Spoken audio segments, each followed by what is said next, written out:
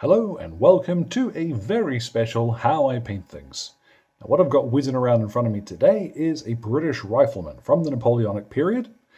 I have been struggling non-stop all day not to repeat one of Sean Bean's most famous catchphrases. So you'll excuse if I keep struggling with that a little bit. Now this fella, he is one of the War Games Atlantic plastic kits, and he was actually really easy to put together. I quite like the detail on these guys. He's about the same size as the Perry miniatures French that I've got, so if you're curious about that, they would scale very well with those sorts of ranges.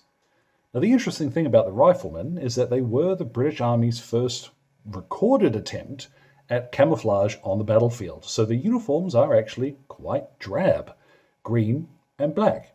And once the gun smoke starts going off, it's pretty much impossible to see these fellas on the battlefield.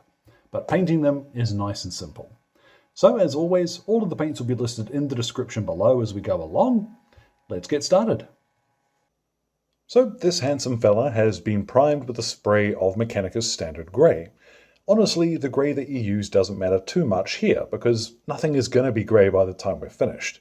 Uniform grey from the Army Painter or the Vallejo Rattle Can Grey, anything will work, just whatever you've got to hand. Now, speaking of that uniform, the shade of green that we're going to use is going to be the subject of some contention, because, of course it will. We're talking about a historical uniform. Now, we've all seen Sharp, I'm sure, but there are also reenactment groups out there, and there are portraits of officers and infantry from the period, and the green honestly never quite lines up.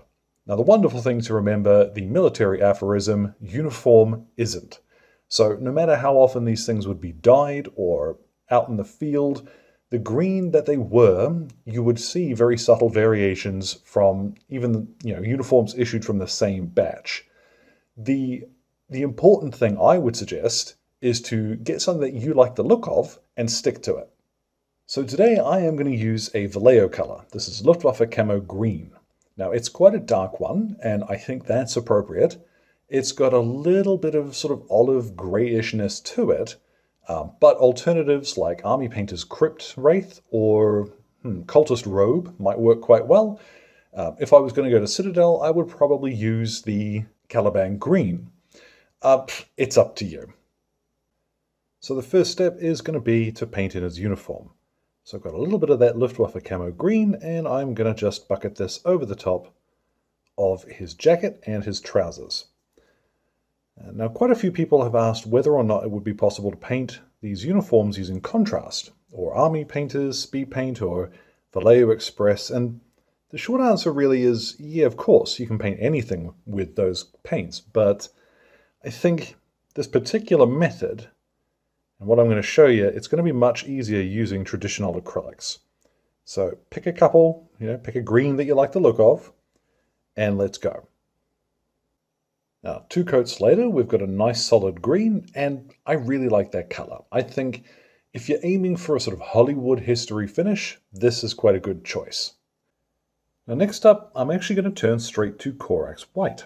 Now, you can use any white you fancy for this. I just like how this one covers. What I'm going to do is paint the piping on his jacket.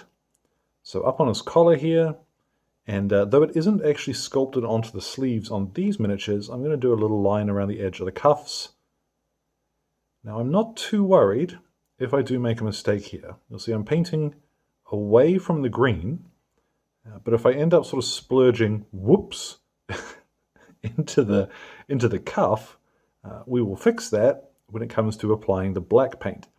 I find it easier to paint the little finicky details first and then use the other colors as a tidy up stage. Now, like I said, that's a dreadful mess at the moment, but we're not worried about that. What I'm going to move on to is the other base coats, and the order in which you do these isn't going to matter terribly much. So I'm going to start with the skin, and I'm using tanned flesh from the Army Painter. This will cover quite well over Mechanicus Standard Grey, but you're still going to need to do 2 coats just to make sure that he doesn't have that awful grey complexion. Now, for the little satchel hanging on his side, I'm going to start with Rakarth flesh. This will cover quite nicely, It's going to dry a little bit darker than I would like, but we are going to highlight it later anyhow. And make sure you don't forget the straps across his chest, holding that one on. Now we'll spin him around and paint in that water bottle before we paint the straps on it. I'm using here Azure from Vallejo, but something like Calgar blue or similar will work quite well as well. So just paint over the whole thing with this. Now once that's dried, I'm going to use Mornfang Brown as the leather for the strap holding on the water bottle. Now I've seen a couple of variations on this. Some insist that these straps were black, whereas I have seen a couple, particularly reenactors, using them in brown. So really, it's up to you what you use. I'm going to go with brown because I think it looks a little more visually interesting. And flipping them upside down will help me reach this other strap. While we're on the subject of brown, I'm going to apply flat brown from Vallejo onto the rifle. Now, first of all, I'm going to go straight over all of the details, so I'm not worried about hitting the buttstock and what have you. If you want alternatives, then something like fur brown, even from the Army Painter, or it's leather brown, even XV88, which is quite a light, almost yellowish sort of color. And I've seen quite a few variations on the Baker rifle. Yeah, reproductions and originals, and again, the wood never seems to quite match up. So pick a brown that you like. Now for his hair, of course, there isn't a correct color, but I have leather brown from the Army Painter. Having mentioned it, I thought it might be useful to pop it on the miniature so you can see what it will look like. It's quite a nice mid-tone brown. Covers very well. Now here was me thinking that there wouldn't be any grey to worry about. Whoops, silly boy. I have uniform grey from the Army Painter. Dawnstone or similar will work quite well. This is going to go over the roll of his greatcoat attached to his pack here, and onto his gaiters as well. Now at last we're going to move on to the black details. There's quite a few of these on this uniform and his equipment. What I'm going to use is German grey. This is a really dark blue-black. It's not a true black, which means we have a little bit of room where we can actually shade it and have it look a bit more visually interesting.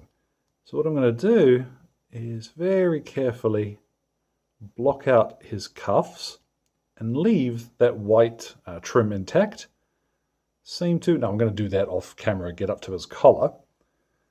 But also the straps on his equipment, his pack, his cartridge case, all of that is going to be black. It's going to get a dose of German grey. Now I have put a little bit of Rakarth flesh on the straps for his greatcoat there. And what I'm going to do now is the braiding and the plume on his hat. Now, most of the sources I've seen suggest that this was either the same green as the uniform, or, and I love that word or when it comes to uniforms, a brighter, much more saturated green. So I'm using here flat green from Vallejo. You can use, again, something like Wag Flesh might work quite well. That's a more saturated green without really being too bright. But again, pick something you like the look of. Just remember that this little rosette thing in the center of the hat, that was actually black. So try and avoid that bit. Now for the silvery metallic details, I am going to use Iron Hand Steel. Any medium sort of silver color will work fine here. I'm going to use this to paint the metalwork on his rifle. And I'm also going to use this to dot in his buttons. These were a pewter from what I could find, pewter or lead.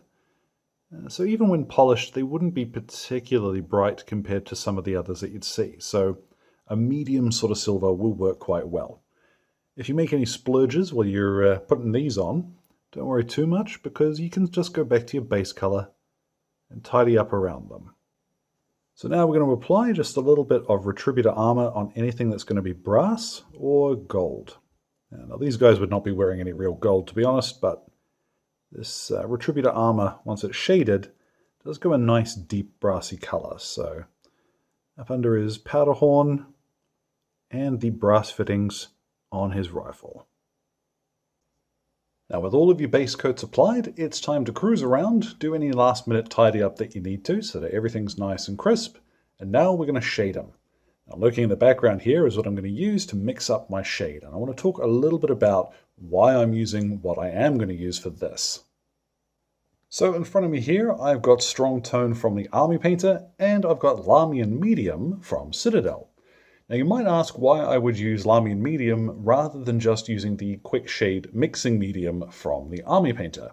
The answer is quite simple. I like the flow that Lamian Medium is going to give us, but I prefer the darker color that Strong Tone is compared to Agrax Earthshade.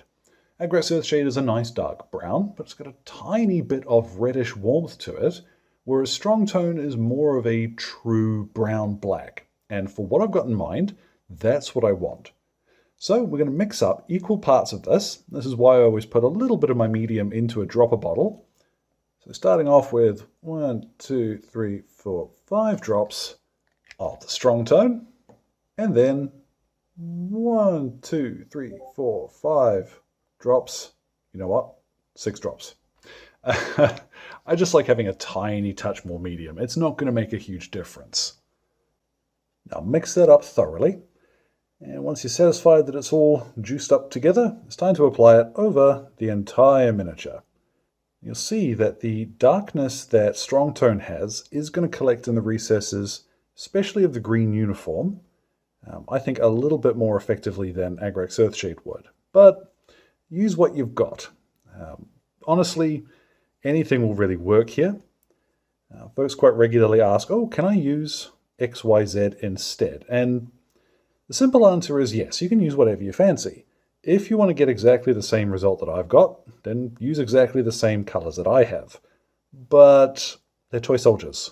We don't have to take it that seriously. And once you've got all of this bathed in your mix, let it settle for a few seconds. And if you see any big wads of it that are pooling more heavily than you might like, you can shift it around with your brush while it's still wet. Once you finish with applying this, we're going to leave it somewhere sunny for about half an hour, and then see what we've got. Now once that's dried, you should have something that looks like this, and I'm pretty pleased with that. It is a little bit glossy, and that is in part because of how Strong Tone will dry, but I'm not too worried because I am going to give this a good matte varnish later on. I have actually seen it suggested that you can mix Strong Tone with a matte varnish. If it's suitably runny, that can work. And I found that quite interesting. I've given it a shot before, but I haven't done it on this guy because I wanted to stick to what is a little more common. Anyhow, what I'm going to do now is to highlight his jacket. I'm actually not going to do much to his trousers at all because I figure, well, you're not going to see a huge amount of that on the tabletop. But his jacket with his arms exposed like that, you're going to see a bit more. So I've got Luftwaffe Camo Green and a tiny wee bit of Stone Grey from Vallejo. Again, don't get too caught up on the specifics. You could use another grey. What I've got now is a nice, rich, lighter green, which still has a little bit of that greyish tint to it. Just perfect for our highlight. Let's put that down. And then with that mix, we'll start highlighting just some of his sleeves up around the tops of his arms. If you find that this goes on a little bit light, don't worry too much because it will dull down as it dries.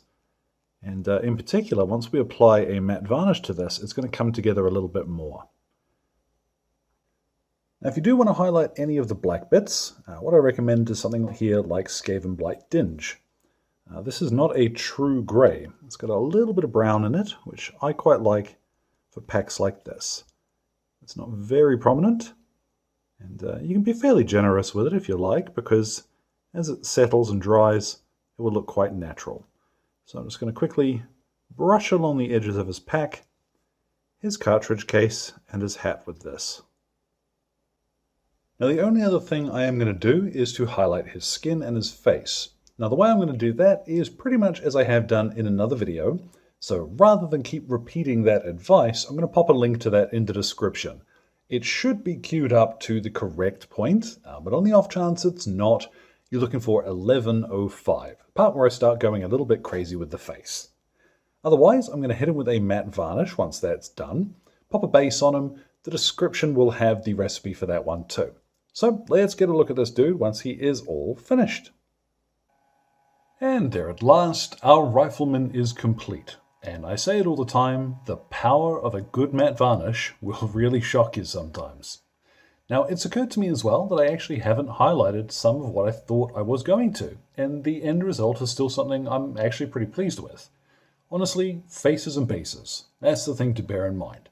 I think the highlights on the green do add a little bit though, so definitely worth doing those, but otherwise, faces and bases.